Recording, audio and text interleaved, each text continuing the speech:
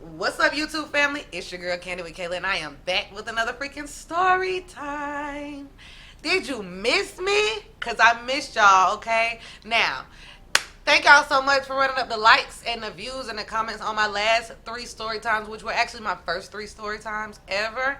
Thank you guys so much. If you're new to this channel, thank you for tuning in. Make sure you subscribe before you leave. Like this video. Drop down in the comments. Tell me if you like this video, if you have a similar experience, or just to tell me that you want to hear more. Whatever is clever, baby. Okay. So anyway, look, as y'all can see in the freaking title, this story time is about the very first time that I got high. Yes, the first time I smoked some weed. And child, go ahead and get your blunt, get your blanket, get your snacks, get your wine. I'll wait because, child, I'm always doing something I ain't got no business doing.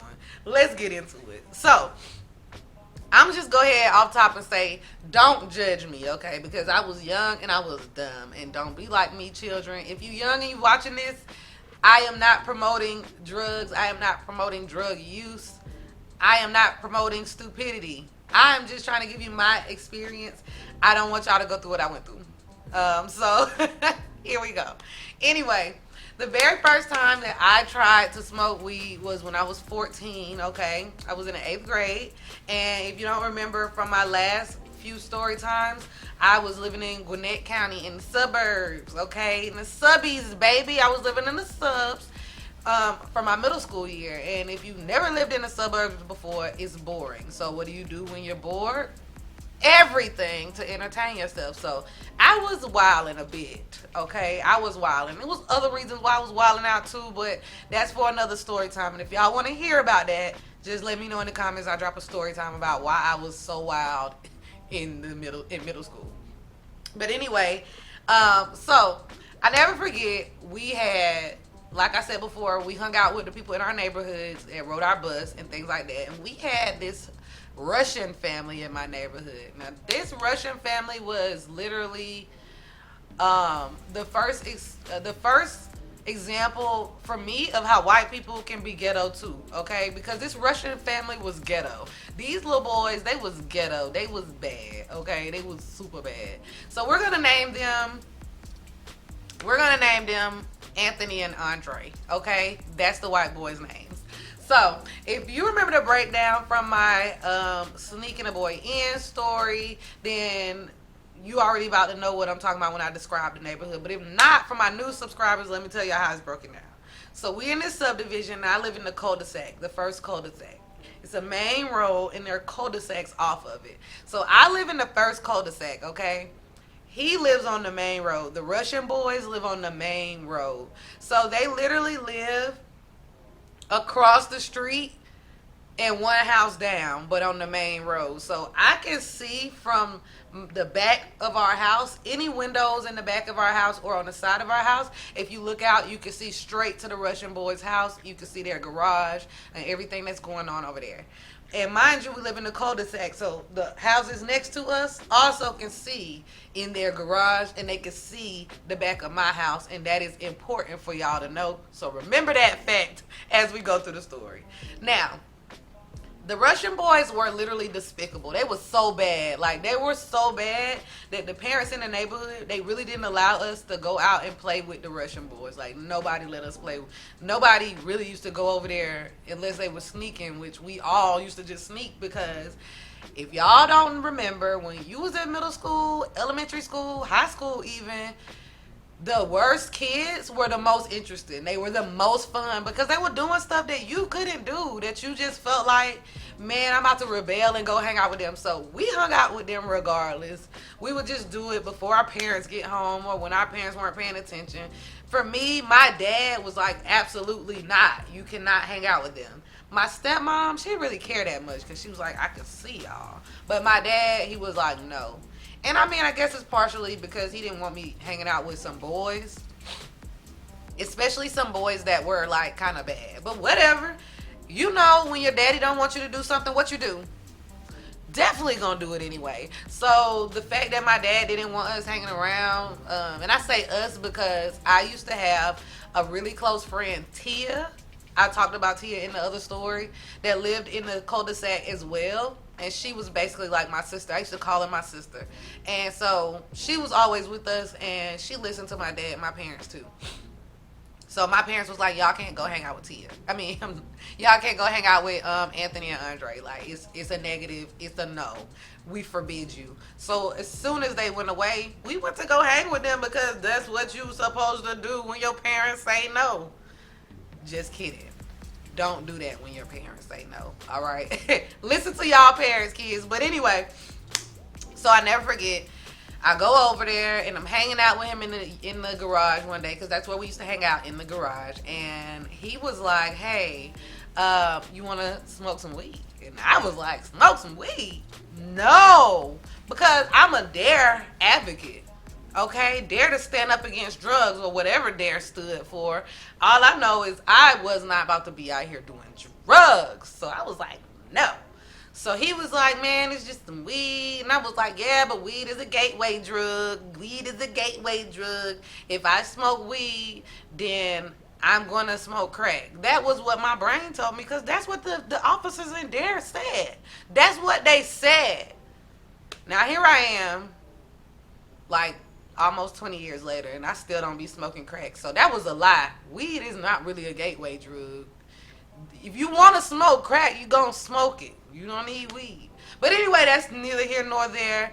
Don't do drugs. I am not saying that y'all should do drugs. But anyway, so y'all, he keeps talking about smoking this weed, and I'm like, you know what?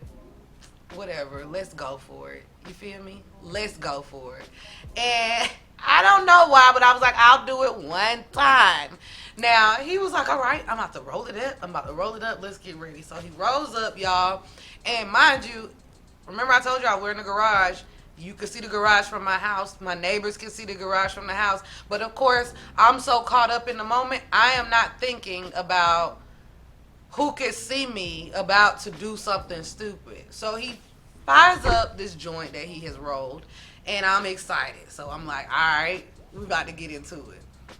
He fires up the joint, and he hands it to me. So I hit this joint, right? Immediately, I start choking. And I'm thinking in my head, instant karma. God, this is a sign. You're not supposed to be smoking because you choking. You choking. But now I know that that's a normal thing. But at the time, I was like, oh my God, God is punishing me already. So I'm thinking, this is a terrible idea. This is horrible. But I'm also thinking, well, it's also not that bad because I don't feel like crazy besides the fact that I'm coughing. Little did I know it was going to get worse and worse every 10 minutes. Okay? So we're passing it back and forth. At this point, I am super high. But I don't even know that I'm high because I've never been high before.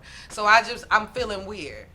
So as I'm sitting there and we talking, we just doing normal stuff again. But I'm realizing that my heart is beating really fast. Okay, but I'm trying to ignore it. I'm trying to be a G. I don't want to be weird. So I feel my heart beating. And then all of a sudden, y'all, I can hear my heart. And I'm like, wait a minute. I've never been able to hear my heart beat before. I've never been able to hear my heart. So immediately I'm in a panic. I'm thinking, oh man, this is bad. So I'm still trying to play it cool, but in my head I'm freaking out because I can hear my heart and it's beating too fast. So I think, let's hold my breath. Maybe if I hold my breath, it'll slow it down, okay? So I hold my breath, and for whatever reason, my heart starts beating heavier and faster. And it's going, boop, boop, boop. And I am freaking the out, okay? So at this point, I was like, Andre, Anthony, I think I need to go to the hospital. They both looked at me and they bust out laughing. So now I'm getting upset and I'm like, no, please, I can't breathe. And they like, girl, just breathe. Just stop breathing like that and breathe normal. But I don't know how to breathe normal anymore at this point, y'all. My brain, this is the only way I know how to breathe. I'm still trying to figure out why I can hear my heart and it's not crying out for me. It's just crying. I just hear it. It's a drum set where my heart used to be. So I am freaking out and they just laughing at me. So as they're laughing at me, I'm getting mad because now I'm like, y'all picking with me and I'm about to die over here. I'm literally about to have a heart attack and y'all think it's a joke. I am having a heart attack. So I'm telling them, like, y'all laughing. It's not funny. I'm having a heart attack. So they're laughing even harder because clearly I wasn't having no heart attack, y'all. So I'm still trying to figure out why I can't breathe and they still trying to tell me that I am not breathing. That's why I can't breathe. So another 10 minutes goes by and now my stomach starts hurting. And now my stomach starts hurting. My brain tells me that my stomach is hurting. So now I'm like, oh my God. Like my stomach is hurting. My chest is beating. I'm about to go home. So I call myself going home, right? I go over to my house. I lay in my bed, eyes red. But I'm not even thinking about that because I didn't know to expect that. I'm laying in my bed, eyes red as they could be. So I hear something at my window. It's Andre. I'm like, what? So y'all, I come downstairs and Andre's like, you just too high. Here's a cigarette. And now we on my back porch at this point, okay? Because he throw the window, I come down, I come to the back porch. I'm like, what? He like, here's a cigarette. It'll calm you down. Now, why did I do that? Why did I do that? I hit this cigarette, which literally made my head start hurting immediately, okay? Immediately my head starts to hurt. So now I got my chest beating too fast, even though the sound of it had gone away a little bit, so I'm panicking less, but now I got a headache too, and I'm just thinking, oh my God, like, I am a crackhead. Because I used to think, like, if you smoke weed and you have a bad reaction, like, you gonna be addicted to it. I don't know what kind of brain I had, what Dare did to me. Dare didn't teach me what it was supposed to teach me. It taught me how to be very fearful of drugs, but it didn't teach me about how they actually do you, so I ain't know. But anyway, y'all, so needless to say, he goes out. Now he goes away. I'm mad because I done made 1,000 bad decisions. All I want to do at this point is just go lay down and try to sleep this off. As I'm laying down in my bed trying to sleep this off, y'all, guess what happens? I hear the door ding dong. That means somebody just came in, you know, the little chime on the doors. Someone comes in and I'm thinking, oh my God, oh my God, oh my God. Because now I'm high and so I can't really move. And I'm thinking, my brain is thinking like this. So I'm like, please don't come in here. Please don't come in here. And lo and behold, guess what? It's my dad. And he comes in and he's like, really? Really? You out here smoking? And I'm like, now I can't breathe all over again. I can hear my heart because y'all remember now I'm about to get in trouble while I'm high. I never got in trouble while I'm high. I'm freaking out. So at this point, I'm getting in trouble while high and I'm thinking, oh my God, I don't even know what to do or say. Do y'all know what my dad tells me? I know you was smoking today. There ain't no point in lying because you was caught. And I'm thinking now, like, how did I get caught? Do I smell like weed? Girl, y'all, guess how I got caught?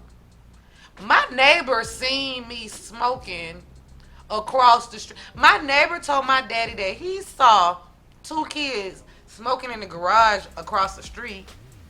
And then when she came back out on her back porch, she saw smoke coming from my back porch. And I was the only one at home. So who else was smoking? Who? So needless to say, y'all, I got in trouble. I always get caught for everything I do. I got in trouble. My daddy told my mom. My mom, like, literally told everybody in my family. So people was always asking me, still to this day, people be asking me about cigarettes and do I still smoke and making jokes about it. And I was highly upset. It upset me and my homegirls. But at the end of the day, the moral of that story, you know, it was my fault. So the moral of the story, don't let your friends who you're not even supposed to be friends with encourage you to do bad things. If your parents tell you not to hang around people, it's probably for a reason because obviously they was trying to keep me from hanging around these smoking Russians, these ghetto Russians who was being bad. But I didn't see that. I saw fun. But I didn't smoke no more, y'all, for like 4 or 5 years because I was shook. I really did think I was having a heart attack or something in the moment.